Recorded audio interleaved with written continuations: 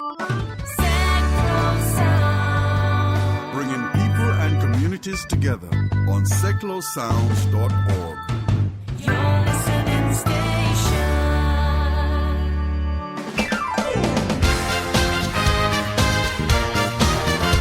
Good morning and welcome to the Sticks Radio Show this Monday morning with me, Terry Sullivan, here on Seclo Sounds. And today on the show I've got one of punk rock's most enduring and colourful characters. He's a poet, a former singer, former rock and roll manager, former show business tabloid journalist, and now author of a book called Punk Rock Stories and Tabloid Tales, and so much more.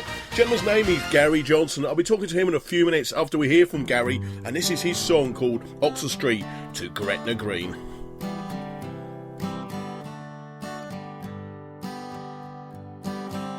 Buzz kids of the neighborhood never do and never should take any notice of what you say or wave flags on Empire Day. Buzz kids of the world tonight don't see things in black and white. Had enough of the marching beat. Get the soldiers off the street.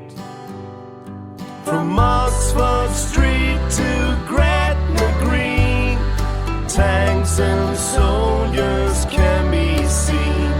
So carry your passport wherever you go, and answer yes or no.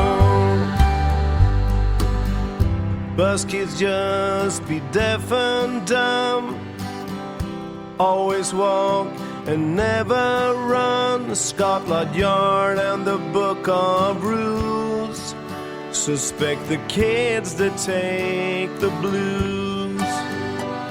From Oxford Street to Gretna Green, tanks and soldiers can be seen. So carry your passport wherever you go, and answer yes or no.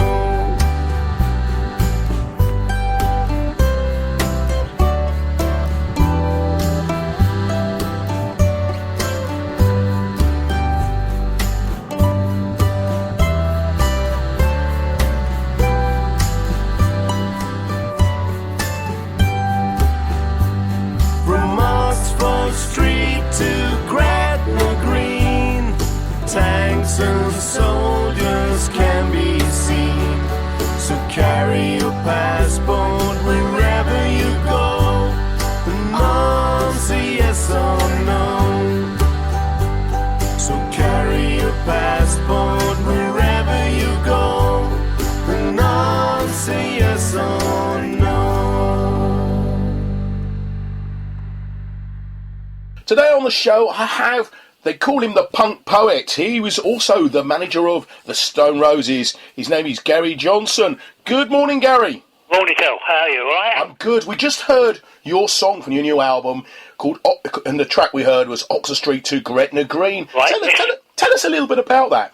Well, when I wrote it as a sort of a poem to start off with, the vision I had in my head was like London's in a civil war situation. Uh-huh. A young guy and a young girl meet in Oxford Street, fall in love, elope to Gretna Green to get away from all the troubles. That's sort of the gist of the story. A romantic sort of love song. Ah, it's lovely. Well, you're not renowned for being a sort of writing love stuff, but we will play another track in a little while, which I love, and it should have been released for Valentine's Day, but it didn't. But never mind. You've just written a book, and I just finished reading it a few days ago. Right. I loved it. It's called Punk Stories and Tabloid Tales. That's it. And well, I'm going to sort of go through and ask you a few things. I love the book. It's, well, I suppose it's a bit of an expose, I suppose, would you say? Yeah. It's like a real life version of remember Drop the Dead Donkey? It is, isn't it? It's quite funny. And there's some very, very humorous parts in it. There's also some very deep parts in it, isn't there? There's some very, you bare your soul, should we say no more? It's waltz and alto. If you're going to write a life story, it's not worth just sort of sugarcoat it and make the hero. So it's the good, the bad and the ugly. Yeah, and there's plenty of ugly in it, but and there's also some good and there's some bad. And on the cover, that's me. It's great stuff. I mean, yeah, it is a waltz and all. And do you know what? Very interesting story, because I mean, you've been around with a few people. Let's start off with your health situation. I mean, in it you mentioned you have had 5 heart attacks and died 3 times. That's it. Yes. Well, it was a combination of many things. Some were self-inflicted, like burning the candles at the both ends as a younger man, or whatever you like, time catches up with you. And I had the stress of my divorce and various court cases and travelling all over Essex and up to London getting justice, which I did get in the end.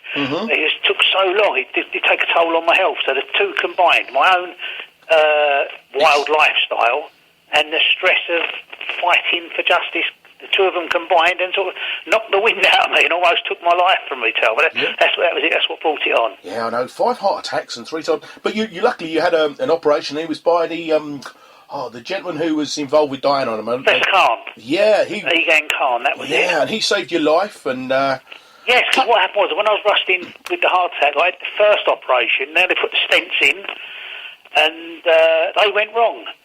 Oh dear. The stents went wrong, so he had to rush down. Luckily, there was a private ward on top of Basildon Hospital. He happened to be on duty, came down and put a valve in my heart. So basically, saved my life. Yes. Which is, and you're here to live and tell the tale. Yes, he called me his miracle. Yes. Did he? Oh, that's, and for a guy of his, I mean, you weren't the first guy, did, and you've not been the last one, and from that it is amazing, isn't it? Yes. Oh, yes. I mean, that's enough story on its own, but there was lots more. We didn't help that I caught septicemia as well. Oh, did you? You were and all my internal organs collapsed as well. Oh, you're an unlucky guy. But luckily, that's why I'm living every day as if it's my last now. If anyone asks me to do anything, I say, yes, I'll do it. I think that's a good thing, because of, as I always say to myself every morning, above ground's a bonus. That's it, exactly, yes. And live every day as it is if you last, because one day you're going to be right. Exactly. And the thing is, since I've come out of hospital, I've stuck to the rigid routine. I've not had one alcoholic drink.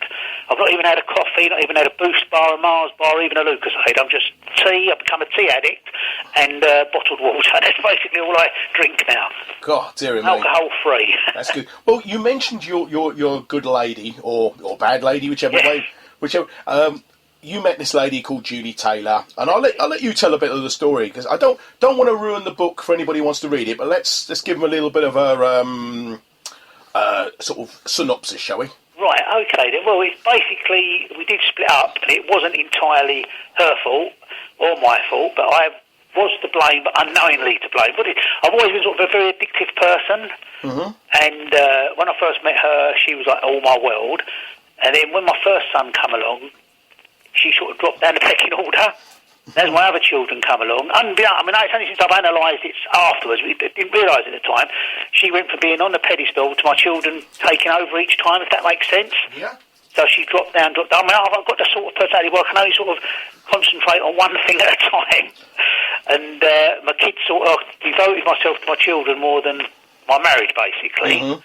And that is what sort of led to the downfall. She thought that I'd gone off of her, because I was devoting so much time to the children, and plus because my illness was coming on. And I don't know how graphic you want me to be, Terry. It's up to you. You can be as graphic in the morning or late at night. You can be as graphic as you like, as long as you don't swear. No. Well, I think I say it all in the book anyway. You know, when you get a lot of stress, a lot of pressure, whatever.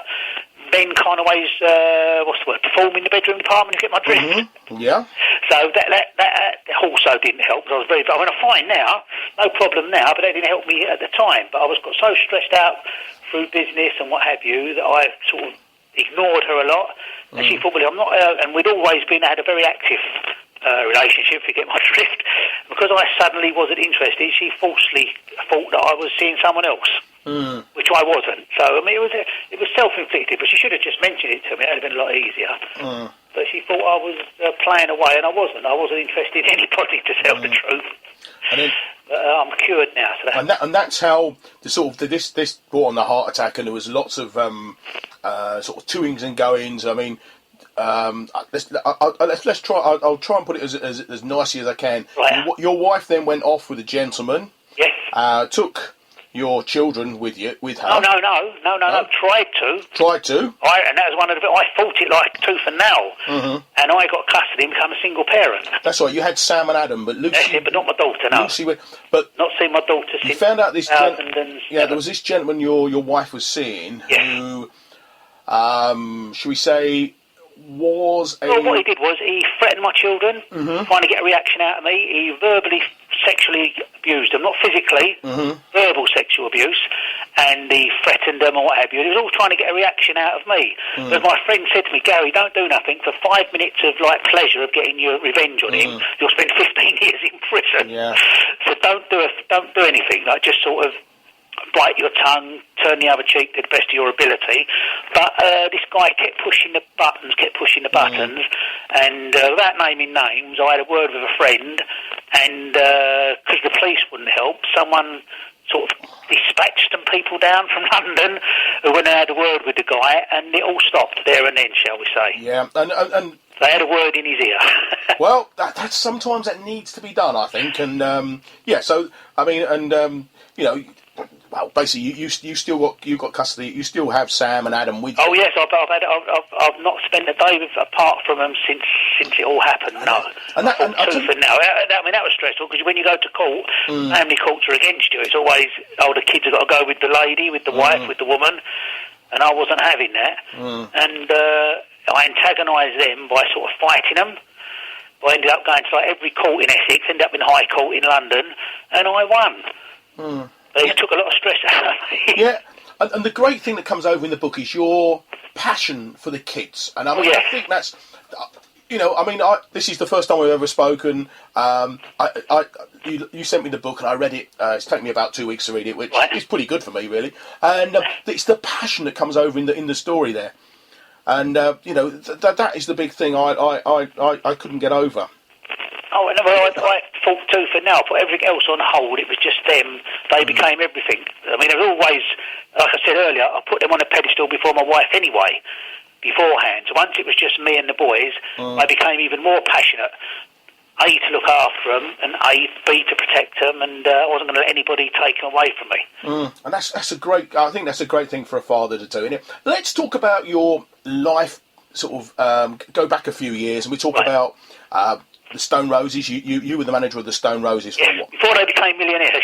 Before they became millionaires, yeah. But before that, you were involved, well, you call it sort of, as it says in the book, tabloid tales, and you sort of fell into the music business because you played once with a band called Buzz Kids. Yes, well, what happened was I was mad about football, wanted to be a footballer. I mean, Georgie Best was my hero, and I loved Pele.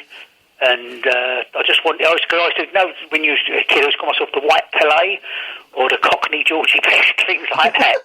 And that football was my passion, that's all I wanted to be.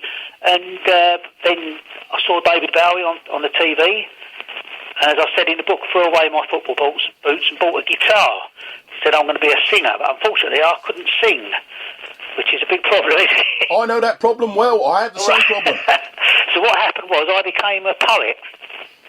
Because people liked my lyrics of the song. They didn't like the tunes, well, they didn't have any basically, but they did like the words that I put into them. So what happened was I became a poet, and just by chance, I was in. Our first gig was our last gig. We played the Dragon pub in Hackney, and there was a famous music journalist in the audience who, to put it bluntly, said we was no good, but said if I was you, I'd give up the singing because you can't sing and try writing. So I turned up at Sound's music office a week later and blagged myself a job as a music critic. Yeah, and the music journalist was Gary Bushell? It was, yes.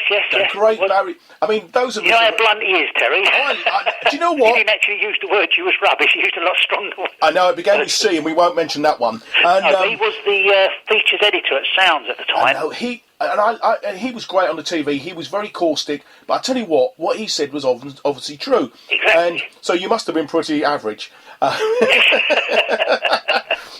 I mean, I remember him really well. He's a great guy, and he's still around doing his bits and bobs, isn't he? Oh, he's never changed. When I first met him, he lived on this really run-down council estate in South London called the Ferrier Estate in Kidbrooke, which was an absolute something out of Clockwork Orange. I think they filmed that just up the road from there. Yeah. Now he's got a great big house in Sidcup, loaded, but he's not changed. He's still a nice bloke, still got the common touch. Yeah. So, but luckily he did say, tell me I couldn't sing. I mean, he was blunt with it, and if it hadn't been for him, God knows where I'd have ended up doing. But he launched me as a writer, yes. See, I mean, you call yourself the punk poet, but what I find incredible is that